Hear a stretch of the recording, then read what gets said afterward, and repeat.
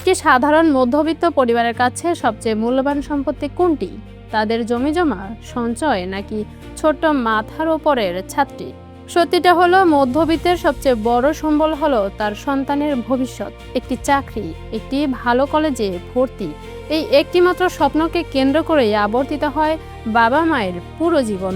কিন্তু চিন্তা করুন তো, যে স্বপ্নের ওপর ভর করে একটি পরিবার তার সারা জীবনের জমানো অর্থ ঢেলে দিচ্ছে, সেই স্বপ্নটি যদি কেবলই একটি $100 কোটি ব্যবসার ফাঁদ হয়, তাহলে জীবন কোন দিকে মোড় নেবে? ভারতে শিক্ষা আজ আর কেবল জ্ঞানার্জনের জায়গা নয়, তার রূপ নিয়েছে হাজার কোটি টাকার এক নির্মম সিন্ডিকেটে। কোচিং হাবগুলোর চকচকে বিলবোর্ড আর শিক্ষা মাফিয়ার আড়ালে কিভাবে পিষে যাচ্ছে একের পর এক মধ্যবিত্ত পরিবারের স্বপ্ন ও শেষ সম্বলটুকু। ভারতের রাজস্থান থেকে শুরু করে দিল্লি কিংবা বিহার, শহরে শহরে গড়ে উঠেছে এক একটি কোচিং হাব।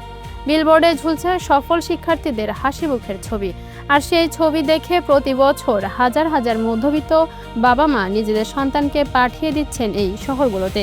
ফি কত জানেন? লাখ থেকে লাখের বেশি টাকা। সন্তানকে রাজস্থানের কোটা বা দিল্লিতে পাঠানোর জন্য একজন দিনমজুর বাবা জমি বিক্রি করেন, একজন সরকারি কর্মচারী পেনশন বা ডিপিএস ভেঙে ফেলেন, আর কোনো মা বন্ধক রাখেন নিজের শেষ গয়নাটুকুই।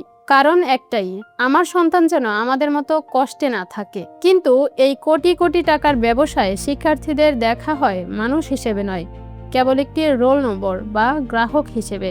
বছরের পর বছর সেই ছোট ছোট কূপর মতো ঘরে থেকে পড়াশোনা করা তরুণটি যখন চরম মানসিক চাপে ভোগে, তখন সেই কোচিং ইনস্টিটিউটগুলোর কাছে তা কেবলই পরিসংখ্যান।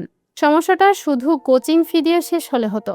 আসল ট্র্যাজেডি শুরু হয় যখন এই ব্যবসায় যুক্ত হয় শিক্ষা মাফিয়া।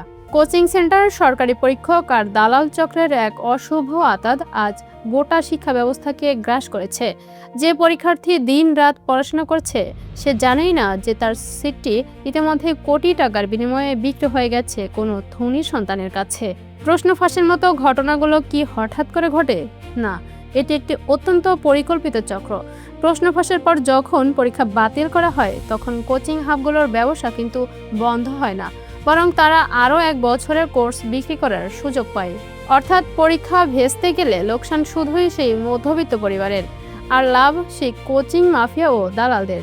এটি পুরো মধ্যবিত্ত সমাজের অর্থনৈতিক রক্তক্ষরণ। যখন একজন শিক্ষার্থী দেখে তার বাবার জমি বিক্রি করার টাকায় পড়েও প্রশ্ন ফাঁসের কারণে তার ভবিষ্যৎ অনিশ্চিত, তখন তার ভেতরের অপরাধবোধ কতটা মারাত্মক হতে পারে। সে না পারে পরিবারের কাছে মুখ দেখাতে, না পারে আবার নতুন করে লড়াই করার শক্তি সঞ্চয় করতে। এই অপরাধবোধ আর আত্মগ্লানি থেকেই জন্ম নেয় বিষণ্ণতা। ভারতের কোচিং হাবগুলোতে শিক্ষার্থীদের একের পর এক আত্মহত্যার ঘটনা এই নির্মম সত্যেরই সাক্ষী দেয়।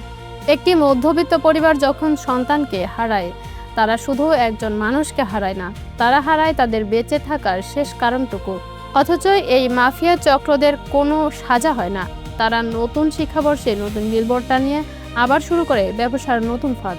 শিক্ষা যেখানে বাণিজ্য হয়, সেখানে মেধার অবমূল্যায়ন আর দুর্নীতির জয় জয়কার হওয়াটাই স্বাভাবিক। ভারতের রাজপথে আজ তরুণরা যে লড়াই করেছে, তা শিক্ষা ব্যবস্থার এই বাণিজ্যিকীকরণ ও মাফিয়াবাজদের বিরুদ্ধে লড়াই। যে রাষ্ট্র তার সাধারণ মধ্যবিত্ত পরিবারগুলোর সততা আর সরল বিশ্বাসকে মাফিয়াদের হাতে তুলে দেয়, সেই রাষ্ট্র তার সামাজিক নিরাপত্তার ভিত্তি হারিয়ে ফেলে। মধ্যবিত্তের স্বপ্ন যেন আর কোনো সিন্ডিকেটের লাভজনক ব্যবসা না হয়ে ওঠে। আজ এই দাবি দাঁড়িয়েছে সবচেয়ে বড় হয়ে।